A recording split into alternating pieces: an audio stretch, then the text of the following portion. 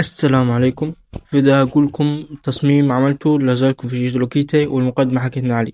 بسم الله الرحمن الرحيم. أول حاجة تفتح التطبيق إبس بوينت اللي هنستخدمه دايما في التصميم بعد كده. تدوس على كلمة مارك. تدوس على كلمة زائد اللي تحت داي تحت شمال، ندوس عليه. هيظهر لك المقاسات، تختار المقاس اللي هو 2560 في 1440 وتدوس أوكي. ده المقاس بتاع اليوتيوب، بتاع الجودة، أعلى جودة في اليوتيوب يعني. بعد ديتاي هيفتح لك المنظر ديتاي. هتبدأ تعمل تشكيل الفكرة اللي انت تطبقها. تختار خط وتكتب، تعمل زي الحركة دي، يعني حركة هتجذب، تدي اسمه دي الصورة تبقى أقوى ولها فعالية أقوى وتشد الانتباه أكتر. هتعمل خطين وتعمل خطين تانيين بالعرض وخطين بالطول. داتا بيبقى في كل نقطة، يعني نقطة فيها نقطة في تلاقي خطين، النقطة دي بتبقى مميزة وبشد الانتباه أكتر. فأنت بترسم الشكل رسمة كدتي خفيفة كدتي تخيلك للتصميم. أنا عم كنت يعني لسه عملتش هو بس بقول لك الشرح إنه الشكل هيبقى ازاي بعد كدة. بعد كده بتكتب النص اللي انت عايزه، نص على حسب انت عايز النص ازاي. أنا قعدت الأول أفكر أكتب إيه، كتبت إزاي تعمل تصميم مصغر ما عجبتنيش. قعدت أفكر وبعد إيه وصلت الشكل ممكن يكون أفضل في الآخر. يعني بعد تفكير كبير وصلت للشكل ديتي. بعد ما وصلت للشكل ديت حسيت النص كثير جدا فلغيته، ما عجبنيش خالص. حتى طريقة يعني ترتيب الكتابة مش حلوة خالص. فقلت حط صورة مصغرة جديتي وأعمل عليها بلور أو بيكسل جديتي، وأكتب بالموبايل فقط أو بالموبايل أشد الانتباه، وأعمل وأمسك وأبقى في الصورة بتاعتي ماسك موبايل، وأعمل سهم على الصورة المصغرة وتدي شكل روعة وتبقى بتشد الانتباه أكتر. ده التخيلي للتصميم. بعد ديتي هبدأ في التصميم نفسه، وأبدأ ازاي جبت الملحقات، ازاي قدرت أوصل للفكرة النهائية. كنت بفكر أعمل الصورة بجيميناي، قصدي بشات جي بي تي، بس الصراحة حسيت مش تبقى أفضل حاجة. دخلت على جيميناي وخليته إنشاء الصورة واللي هو سي برودت اللي عشان يبقى نانو بنانو برو. اخترت الصورة بتاعتي وقلت له بلغة عامية عادية. كتبت كده عايز الشخص ده اللي هو أني يكون ماسك موبايل ومبتسم للكاميرا. بس نص بسيط جدا مفهوش أي احترافية ومفهوش أي حاجة. بعد أقل من دقيقة خلص الصورة، ودي كانت النتيجة. ف- لو فتحت الصورة تلقى الصورة طبيعية جدا مفيهاش أي تغيير في الشكل، ومسك التليفون بوضعية طبيعية برضو. دوست حفظ للصورة ورحت على لايت روم. بعد ما خلصت دخلت على برنامج لايت روم عشان اعمل الاضاءة واظبط الشكل يبقى اقوى وايه، واللي هو تاتش. بس تاتش قبل ما اخش على برنامج التصميم، برنامج بسباين. اتعلل الاضاءة، الكونتراست اللي هو التباين اتعليه شوية عشان يبقى الصورة واقعية اقوى. الهايلايت دي مش لازم تعملها، الشادو ممكن ترفعها شوية. الوايت تقلل، لا ترفع الوايت وتقلل البلاك عشان يبقى الأسود أقوى، عشان يبقى الأسود أقوى في الصورة وتبقى واقعية أكتر. تخش على الإضاءة، تزود اللون الأحمر عشان تدي اسمه دي لون أحمر للبشرة.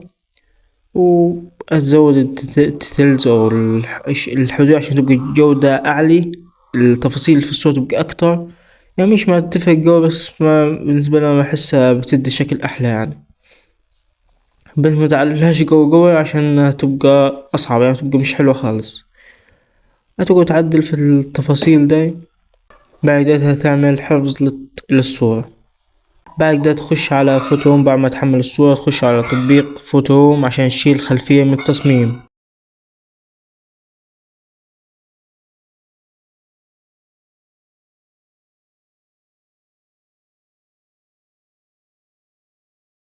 احنا التصميم اللي هنعمله فكرة تصميم للفيديو اللي انت بتسمع بلوكيتاي. فانا بحاول اظهر ان الصورة مصغرة عاملها بالموبايل. فانا حاليا ما عملتش الصورة مصغرة، فانا عشان احط صورة واقعية لازم احط صورة قديمة. فانا هدور اشوف اخر صورة عملتي. ده اول حاجة احط صورتي بشكل واقعي، يكون الوش يكون في نص او على نقطة من النقط اللي في الفيديو، على نقطة من الخطوط اللي انا عاملها، يعني خطين متقابلين اكون انا عليه، عشان تدي العين بتاعك اول حاجة بتروح عليها النقط دي. على استغفر كتب لك يا الله. ادور على صورة مصغرة عملتها قديمة. اي صورة مصغرة لقيت صورة دي عملتها قبل كده القناة هنا لي انا يعني. ظبطت كده الزوايا، خليت الصورة تبقى في مكان على نقطة برضو من التقاء خطين. حطيت صورة، وفي فكرة جت في بالي، قلت لي أخلي الحواف بتاعت الصورة تكون ناعمة، يعني الحواف تكون مستديرة شوية. دخلت على التأثيرات اللي هي الاف اكس دي، دخلت على الأسلوب، هتلقى حاجة اسمها تصريف دي. تقعد تلعب في الإعدادات بتاعتها، أتغير الشكل، أخليه أنعم، يعني أدوس على الاستطراد زودها شوية مش على الآخر، يعني زودها في حدود 100 مثلا، حاول تصير على حسب التصميم والشكل اللي انت عايزه. بعد كده تدوس صح، تدوس اوكي، تطلع من الخانة دي او تروح على الضربية صح. اول حاجة تروح على الظل، ضيف الظل، شكل الظل ده خطير، بيدي شكل روعة يعني للتصميم. وبعد كده تخش على التأثير التاني، تدوس على الضربية، على الفوسفات دي زي البكسلات الداتا، وتدوس عليها تاني لو انت عايز تعدل عليه تزودها، عشان يعني على التصميم ده بعمله لي يعني. فانت شوف انت عايز الفكرة بتاعت تصميمك وطبق عليها. حاول، انا احط لكم ملحقات بتاعت التصميم ده في الوصف، حاول تطبق عليه. لو انت عايز تعمل حاجة لنفسك اعمل براحتك مفيش مانع، بس انا هحط لكم ملف فيه الملحقات اللي استخدمتها في الفيديو ده كله، عشان لو انت عايز تطبق عليه خطوة بخطوة. هتضيف الضبابية او الفوسفات دي اللي هي البكسلات كده تدي شكل حلو. وبعد كده اضيف النص. قعدت افكر لغاية ما استقريت على الفكرة بتاعت بالموبايل فقط، انه كده كده يعني الموبايل وماسك الموبايل في يدي، بس قلت اعملها بستايل حلو. كتبت بالموبايل، دورت على خط، لقيت الخط ده شكله جميل، عملت زاوية للكلام، خليته بزاوية شوية، فكرت اعملها بزاوية عشان تبقى برضه مدة شكل للتصميم، عشان يبقى ماشي على الخط بتاع التصميم. وخليتها باللون الأسود عشان الخلفية سودي، ده الطبيعي. بعد كده ظبطتها ودوس صح، واتعملت لها نسخ أو تكرار. عملت لها نسخ اللي هي النص داتا، الخانة اللي هي عليها زائد ده تلقى عليها طبقة استنساخ، دوس عليه اعملك تكرار للطبقة اللي انت عملتها. دوس عليها تاني وتنزلها لتحت، ضيف تعديل وتكتب كلمة فقط، او تكتب الكلمة التانية اللي انت عايز تكتبها. وفي الطريقة بتاعت الكاشيدة اللي هي الترند الفترة دي، او الترند اصلا من زمان. كاشيدة اللي هي الحروف الفاضية، الحروف اللي هي مش حرف فاضي، خط بس بيبقى بين الحروف عشان يدي شكل جميل. حطيتها، تلقى انت في الكيبورد بتاعك مش كل كيبورد وطريقته، او كل كيبورد وشكل يعني ازاي بتعملها. فانت انا بعملها بالطريقة دي. لو انت جربت تعملها نفعت، اللي هي تدوس على النقطة الفصلة اللي تحت دي، دوس على دوس مطولة، هيفتح لك دي وتقدر تستخدمها زي ما نظهر لكم في الفيديو. تقدر تحاول تظبطها. حسيت انه لون اللحمة الاسود مش حلو، غيرت اللحمة لقيتها برضه بشكل شد انتباه اكتر. قعدت اضبط فيها واديها شمال واديها يمين، اغير في الاتجاهات، اغير اجيب لون مختلف، ما عجبني شيء. جربت مثلا اخلي الكلمة بالموبايل بالاحمر، حسيتها تبقى شكل حلو، وطلعت فعلا بشكل اجمل. انه الخلفية الخلفية بتاعت الورا الموبايل كلمة غامقة شوية، فانت لو خليتها بالاسود ممكن ما تظهرش، فانت خليتها بالاحمر وتحت السودي، مدي شكل اجمل كتير. رفعت الكلمة لفوق عشان تبقى واضحة للعين. قعدت أظبط فيها يعني عشان تبقى يعني أظبط فيها وأعمل أصغر الصورة عشان أشوفها واضحة الكلام ولا لأ.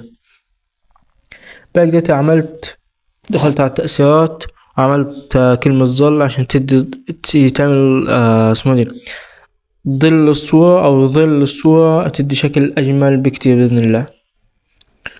حاولت أظبط في الإعدادات، أقلل اسمه دي القوة بتاعة الظل، أزود القوة، أزود الانتشار، أزود المسافة، عرفت الأرقام المحددة وكررتها مع الكلمة التانية عشان تبقى طالعة من الخلفية وتبقى واضحة أكتر. قعدت أجرب أخلي الكلمة الحمراء اللي هي بالموبايل خليتها حمراء، ما عجبتنيش، رجعت تاني للسوري. قعدت أجرب، وده الطبيعي إن أنت بتقعد تجرب وتجرب لغاية ما تلقى إيش أكتر شكل يعجبك وتستقر عليه. لغاية ما استقريت على الشكل ديتاي، ما لسه برضه الصورة مش واضحة، ملامحها قوي. بدأت أشوف تفاصيل الصورة، جودة حلوة بتاعت الصورة. عملت حركة مش لازم هي انك انت تخلي الخلفية بيضة، مع ان هي الخلفية بيضة واحدة. عارفش انه عملت ليك ديت، بس عشان ايه؟ يعني هي انت الخلفية بيضة اصلا، فمش ملزم انك تحط لون ابيض فوقيها، ده الطبيعي. لكن انا قلت اعملها وخلاص. بدأت اعمل ظل ورا الصورة ورا الشخصية ورا الصوت يعني. اعمل لون اسود كدهتي، شد عمق للصورة تبقى واقعية اكتر، كأنه في حاجة يعني في ايه، تبقى اعمق شوية، تدي شكل حلو. الصورة احط ورا النص الكلام برضو، الضوء دهتي بتدي شكل اجمل بكتير بتدي شكل احلى كتير قوي يعني. مع كدهتي عملت ايه، بدأت اظبط، هكمل في الظل وبدأت اعمل عمق للصورة.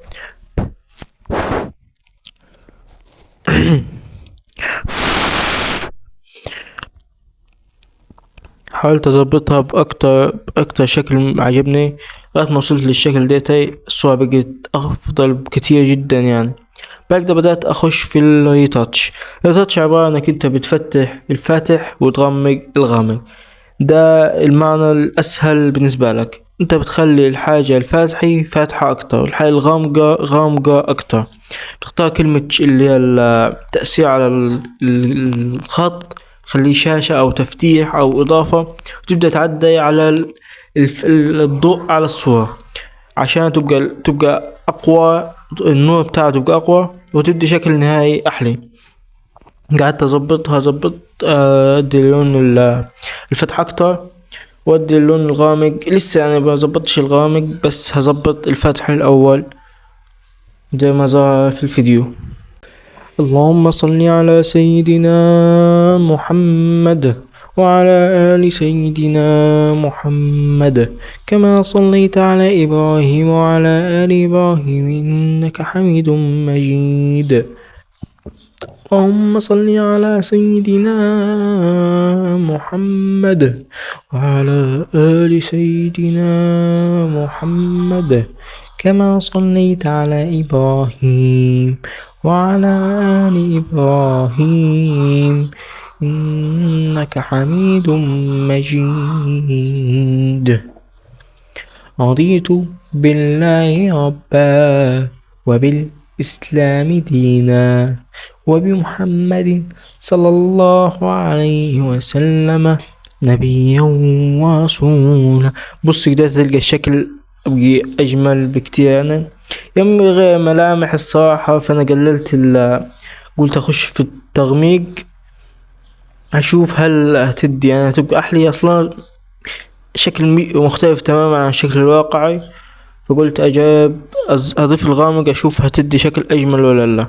بدأت أظبط فيه، تحط في الغامق غامق وفي الفاتح فاتح زي ما اتفقني. في جزئية اسمها اللي هو تعمل سهم عليها عشان تبقى لما ترسم على الشيء اللي انت عايزه فقط.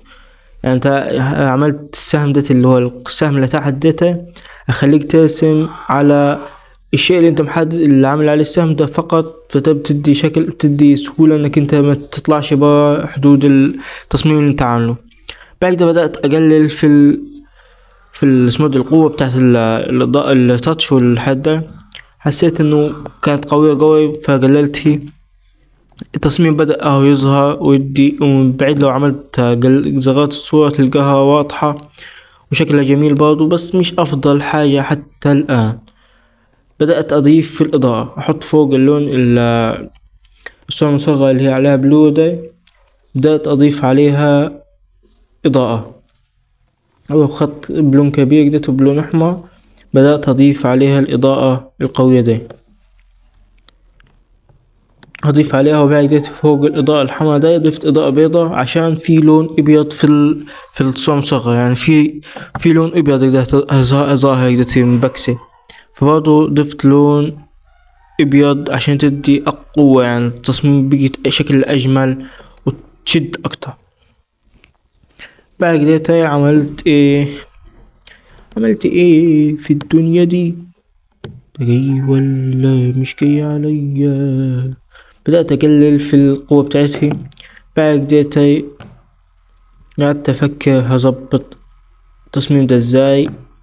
حاولت أضيف عمق برضو للكلام عشان يوضح أكتر. قعدت أجرب برضو، حاسس إن الأسود أفضل حاجة. أبدأ أضيف السهم اللي على الصورة، سهم يبقى جاي، بص هتتسم دلوقتي بخط، يكون خط يعني لون أحمر أو أسود على حسب، بس اللون الأحمر يكون أفضل. سهم جديتي على الصورة من جهة التليفون على الصورة. بعد ما جبت السهم حاولت أظبطه، حسيت إنه في ميلان شوية، قلت أظبط الشكل والميلان ده يتظبط برضه. في حاجة في البرنامج ده خطيرة جدا، لو اتعلمت واحترفتها هيغير شكل، هيخليك تعرف تتحكم في كل حاجة بالتفصيل. ظبطت السهم على انه يبقى متجه على الصورة المصغرة بالظبط، وأظبط فيه. بعد ضفت للسهم، غيرت لونه وحاولت اخليه اسود، ما عجبنيش، رحت رجعته احمر زي ما كان، او خليته احمر الفاتح اللي هو الاحمر بتاع التصميم. وضفت لي اسمه دي اللي هو ستوك، او اللي هو المبقى ظل الصورة بس ظل قوي، واسمه ستوك تقريبا يعني، اللي اعرفه انه. واضيف له ظل نفسه. بعد اخش على الزائد داي، واخش على كلمة دي خليك تظبط الزاوية بتاعة التصميم، بس برضو مش يعني مش تبقى متحكم كامل في الصورة. بعد دخلت على تاني، دخلت على تموج الشبكة، حاولت اظبط السهم من تحت، كان شكله مش افضل حاجة. رجعت عملت ستارت، قعدت احاول اظبط فيها الشيء ده. لو عايزين نعمل عليه فيديو هيفرق معاك جدا. اكيد باذن الله اعمل لكم فيديو شرح تفصيلي للبرنامج، بس حاليا فيديو مش محتاج افصل التفصيل دي كله. ظبطت اهم حاجة السهم، خليته متجه من تحت على التليفون، ومدي شكل خطير، بيجي شكل السهم اسطوري الصراحة، عجبني جدا انا بعد ما عملته. وحاولت اظبطه شوية. حاليا احنا وصلنا لمرحلة حلوة جدا في التصميم، يعني بقيش غير حاجات بسيط خالص. التصميم وصل للمرحلة الأخيرة في البرنامج إبس بوينت. بقيت فكرت أجيب شعار لوجو إبس بوينت عشان يدي يعني الصورة شكل إن هو متعلق بالموضوع ده. وعشان أقولكم معلومة، لو أنت معك صورة وعايز تزود جودتي أو خليها أقوى وشكلها جودتها أعلى، تاخد الصورة اللي جودتها سيئة، الجوجل بلاي بيبقى جوجل قصدي، لما تروح تبحث على أي حاجة وتحمل صورة بتبقى جودة مش أفضل حاجة. تخش على جيميناي وتختار إنشاء صورة، وتحط له الصورة بتاعت الصورة اللي جودتها مش حلوة، وتكتب له enhance this photo. ده بيخلي الصورة تبقى جودة أسطورية وتبقى أفضل من الشكل الطبيعي بتاعها. يعني مش تاخد وقت كبير جدا أو مش تاخد وقت خالص، تنتظر شوية. أخد شي تقريبا أقل من دقيقة، وطلع معاه بالناتج الحلو جدا جدا. لا زال حلو جدا جدا، لا يظهر لك حاليا. بص الفرق الشاسع بينهم، بص شي تحسها كده 3D وشكل أفضل بكتير. دوست حفظ. بعد ما عملت الشعار بتاع الإسبوعين، تروح جايبه حطه في التصميم مصغره بديته، حاول تعمله شكل مميز كده تبقى ورايا. قبل أي حاجة عملت له حكاية اللي هي الحواف الناعمة تخش على التصريف. أنا كنت حافظ الشكل أصلا، دوست على ما عملتش تعديلات كتير. هو حكاية التسطح والحاجات دي الصراحة مش بفهم، يعني مش بهتم بها قوي. في نفس الوقت حاسة مش هتفرق في التصميم، الفكرة الحالة اللي أنا عايزها بعملها بس.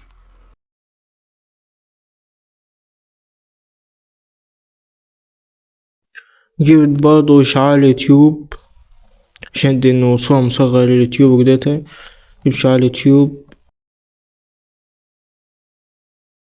وبس. على كده أخش على لايت روم، تبدأ تظبط في الشيء النهائي اللي يخلي الصورة في حتة تانية خالص، وتخش على التظبيط وتظبط فيها في التكستشر، تعليه الحالة اللي تحت اسم مش فاكر اسمها، مش يعني اسمها صعب.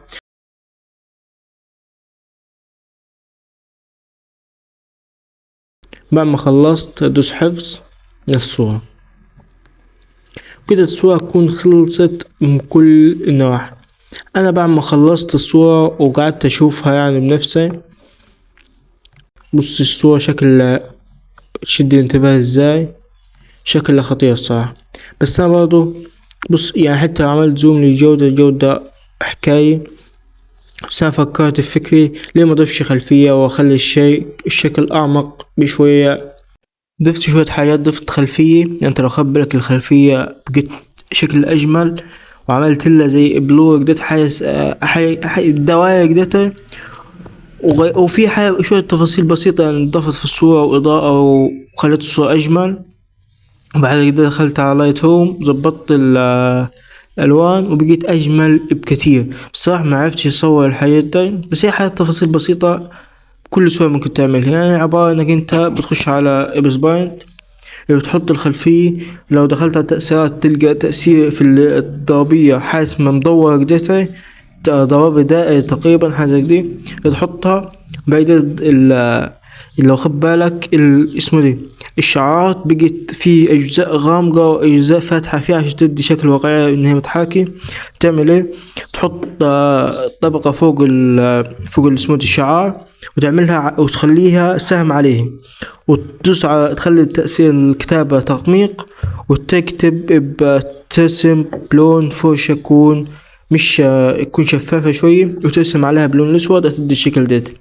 والإضاءة اللي ورا الشخص تضيف لون أحمر، وتدوس على إضافة وترسم ورا الشخص لون أحمر، وبعد فوقيه وتعمل السهم وترسم على الحواف الشخص لون أحمر، وتضيف اللون الأحمر بشكل حلو، هتدي شكل أسطوري للصورة. فدي الصورة النهائية، يا رب تعجبكم. ما تنسوش تحطوا لايك وتشتركوا في القناة وتفعلوا زر الجرس. يلا سلام.